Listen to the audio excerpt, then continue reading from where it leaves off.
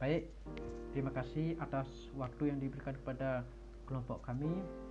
Di sini saya selaku moderator akan mempresentasikan hasil dari kelompok kami. Jadi, sebelum saya menuju ke pembahasan, terlebih dahulu saya akan mengaturkan pengajian umat. Om Swastiastu. Di sini kami kelompok 8 akan membahas yaitu pengembangan media pembelajaran. Jadi sebelum kami akan ke pembahasan, terlebih dahulu saya akan memperkenalkan nama kelompok kami. Yang pertama ada Igede Aldi Widyananda dengan NIM 2018-09079.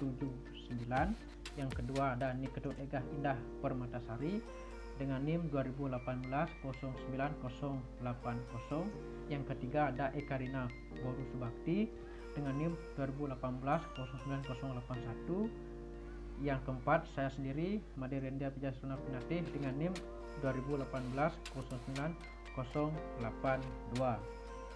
Jadi perlu kita ketahui adalah adanya definisi media pembelajaran. Di sini media pembelajaran adalah segala sesuatu yang dapat digunakan untuk menyalurkan pesan dari pengirim kepada penerima sehingga dapat merangsang pikiran, perasaan, perhatian serta minat peserta sedemikian rupa agar terjadinya suatu proses yang diharapkan.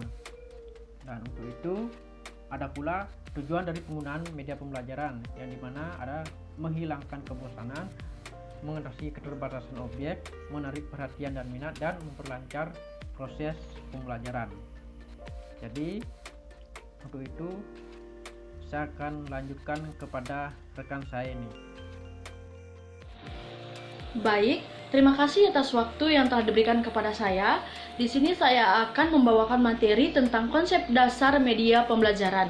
Seperti yang kita ketahui, media pembelajaran adalah segala sesuatu yang dapat digunakan untuk menyalurkan pesan dari pengirim kepada penerima, sehingga dapat merangsang pikiran, perasaan, perhatian, serta minat peserta agar sedemikian rupa agar terjadi proses belajar yang diharapkan.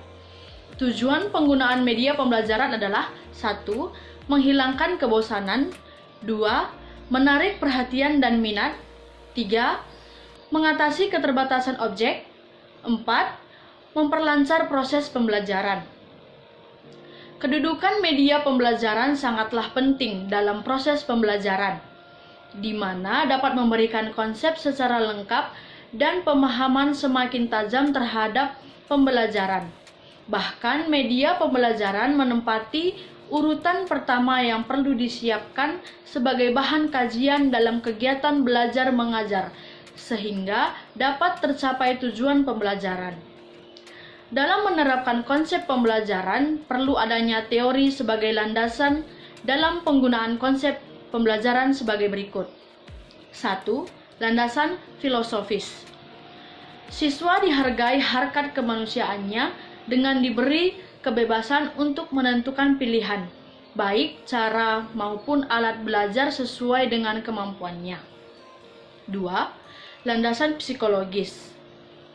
Dengan memperhatikan kompleks dan uniknya proses belajar, maka ketetapan pemilihan media dan metode pembelajaran akan sangat berpengaruh terhadap hasil belajar. 3. Landasan teknologis. Siswa dilibatkan dalam pemanfaatan teknologi pembelajaran untuk dapatnya menganalisis masalah, mencari cara pemecahan, melaksanakan, mengevaluasi, dan mengelola pemecahan masalah-masalah dalam situasi di mana kegiatan belajar itu mempunyai tujuan dan terkontrol. 5. Landasan empiris. Bahwa terdapat interaksi antara penggunaan media pembelajaran dan karakteristik belajar siswa dalam menentukan hasil belajar siswa. Artinya, siswa akan mendapat keuntungan yang disignifikan bila ia belajar dengan menggunakan media yang sesuai dengan karakteristik tipe atau gaya belajarnya. Sekian yang dapat saya sampaikan, akan diteruskan dengan rekan saya. Baik, terima kasih atas waktu yang telah diberikan kepada saya. Di sini saya akan melanjutkan presentasi dari teman saya. Di sini saya akan mempresentasikan materi tentang fungsi dan manfaat media pembelajaran. Di sini saya akan menjelaskan tentang fungsi media pembelajaran. Fungsi media pembelajaran ada 4. Yang pertama, fungsi atensi. Yang kedua, fungsi afektif. Yang ketiga, fungsi kognitif. Yang keempat, fungsi kompensatoris. Saya akan menjelaskan tentang fungsi atensi. Fungsi atensi media visual merupakan inti, yaitu menarik dan mengarahkan perhatian siswa untuk berkonsentrasi kepada isi pelajaran yang berkaitan dengan makna visual yang ditampilkan atau menyertai teks materi pelajaran. Yang kedua, fungsi afektif. Media visual dapat terlihat dari tingkat kenikmatan siswa ketika belajar dalam kurung atau membaca teks yang bergambar. Yang ketiga, fungsi kognitif. Fungsi kognitif media visual terlihat dari temuan-temuan penelitian yang mengungkapkan bahwa lambang visual atau gambar memperlancar pencapaian tujuan untuk memahami dan mengingat informasi atau pesan yang terkandung dalam gambar. Yang keempat, fungsi kompensatoris. Fungsi kompensatoris media pembelajaran terlihat dari hasil penelitian bahwa media visual yang memberikan konteks untuk memahami teks membantu siswa yang lemah dalam membaca untuk mengorganisasikan informasi dalam teks dan mengingatnya kembali.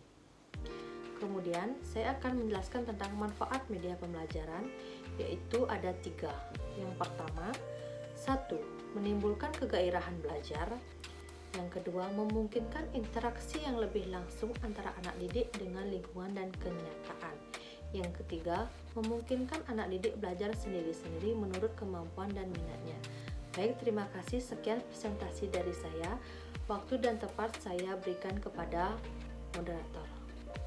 Terima kasih atas waktu yang diberikan. Di sini saya akan membahas jenis-jenis dari media pembelajaran, yaitu ada media visual, media audio visual, dan media audio visual. Jadi media visual di sini ada gambar, peta konsep, diagram, grafik, poster, dan peta.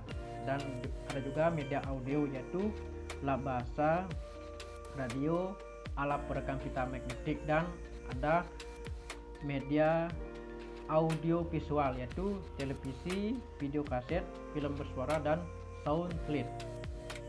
Untuk lebih lanjutnya, saya serahkan kepada rekan saya.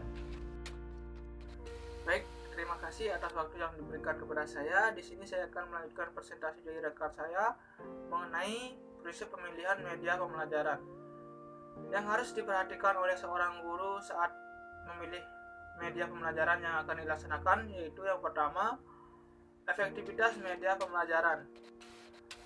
Karena efektivitas media pembelajaran ini dapat membantu siswa memahami materi pembelajaran yang akan disajikan. Yang kedua yaitu taraf berpikir siswa. Dimana taraf berpikir siswa ini juga sangat penting, karena jika pembelajaran tidak sesuai dengan taraf siswa, maka pembelajaran akan tidak menghasilkan suatu tujuan yang diharapkan. Yang ketiga yaitu interaktif media pembelajaran. Interaktif media pembelajaran ini juga sangat penting saat memilih media pembelajaran, yaitu karena dapat mendorong siswa untuk lebih aktif dalam mengikuti pembelajaran. Yang keempat, ada ketersediaan media pembelajaran.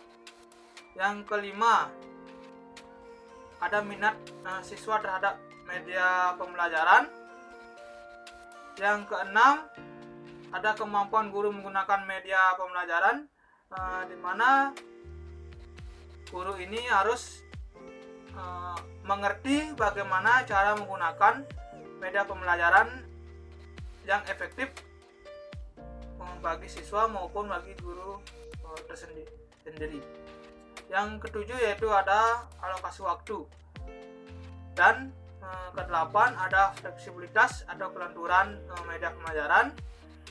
Yang kesembilan ada kemampuan penggunaan media pembelajaran. Dan yang terakhir ada kualitas teknis media pembelajaran. Baik, sekian presentasi dari saya. Selanjutnya saya akan kembalikan kepada moderator. Terima kasih. Sekian pembahasan dari kelompok kami. Apabila ada salah kata, salah ucap, mohon dimaafkan. Untuk itu, saya selaku moderator, saya akan menutup presentasi ini dan saya ucapkan dengan Parama Santi. Om Santi, Santi, Santi, Om.